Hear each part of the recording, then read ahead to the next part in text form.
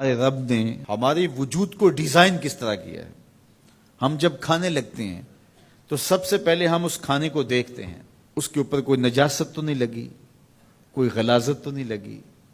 پہلے آنکھ اس کو چیک کرتی ہے, اس کے بعد پھر ہاتھ سے ہم لقمہ توڑتے ہیں یا اس چیز کو اٹھاتے ہیں تو ہمارا ہاتھ دیکھتا ہے کہ اس کے اوپر کوئی ایسی سختی تو نہیں ہے کہ جو ہمارے لیے تکلیف کا سبب ہو. پھر مالک نے ہماری ناک کو ہمارے منہ کے قریب رکھا ہے. ہماری آنکھیں دیکھتی ہیں, سونگتی نہیں ہیں. ہمارا ہاتھ پکڑ کے محسوس کرتا ہے لیکن سونگتا نہیں ہے. اب اس چیز کو ہم اپنے منہ کے قریب لانے لگے تو سب سے پہلے جو ہے وہ اس کو اس سینسر سے گزارا گیا کہ اس کے اندر کوئی معمولی سمیل بھی ہوئی تو یہیں سے چھوڑ دیں گے. لائے تھے ہم حلال رزق سے, لیکن پھر بھی ہم نے اس کو آنکھ سے چیک کیا, پھر ہاتھ نے چھوا, پھر سونگا. اس کے بعد پھر اب ہم زبان پہ رکھیں گے. اب ہمارے رب نے زبان کو 3 حصوں میں تقسیم کیا ہے.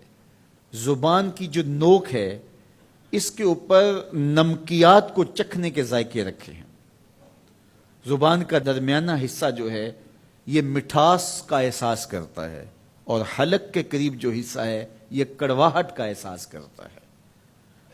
تو اب اس کو زبان پر رکھ کے چکھا کہ یہ بد ذائقہ تو نہیں ہے. اب زبان نے بھی کہہ دیا کہ اس کا ذائقہ بھی ٹھیک ہے. اب دانتوں کی چکی میں پیسا کہ اس کے اندر کوئی ایسی چیز تو نہیں ہے کہ جو تمہارے معدے پہ شاک ہو. پھر تمہارے حلق سے نیچے اترا. وہ رب نہیں چاہتا تمہارے حلق میں ایک لقمہ بھی ایسا جائے جس میں ذائقہ نہ ہو, جس کے اندر بدبو ہو, جس میں تعفن ہو, جس پر کوئی غلاظت ہو اور جو ناپسندیدہ ہو. تمہارا رب چاہتا ہے تم طیب لو, ستھرا لو, تاکہ تمہارا ظاہر بھی ستھرا ہے, تمہارے وجود کا حصہ بننے والی غذا جو ہے وہ بھی پاک اور ستھری ہو. تمہارا رب تمہیں صاف دیکھنا چاہتا ہے, صاف رکھنا چاہتا ہے. یہ تمہارے لیے اس رب کی تلقین ہے کہ تم صاف رہو. جو کھانے کا وضو ہے وہ ہاتھ دھونا ہے اور کلی کرنا ہے. جب تم کھانا کھانے لگو تو ہاتھ دھو لو اور اس کے بعد کلی کرو اور اس کے بعد کھانا شروع کرو, اور کھانے کے بعد پھر دوبارہ کلی کرو. اور ہمیں بار بار مسواک کرنے کی تلقین کی گئی. مسواک منہ کو صاف کرتی ہے اور رب کو راضی رکھتی ہے. میں نے کہا کہ جب بچہ پیدا ہوتا ہے تو اس وقت اس کو غسل دیا جاتا ہے, اور جب جنازہ اٹھتا ہے تو اس سے قبل بھی اس کو غسل دیا جاتا ہے. غسل سے کہانی شروع ہو کے غسل پہ ختم ہوتی ہے.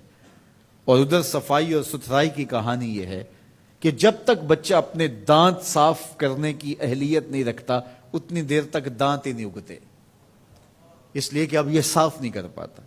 اور جب وہ صاف کر پائے گا تو پھر دانت اگنا شروع ہوں گے, اور پھر ان دانتوں کو ہر لحاظ سے صاف رکھے, ان کو ستھرا رکھے.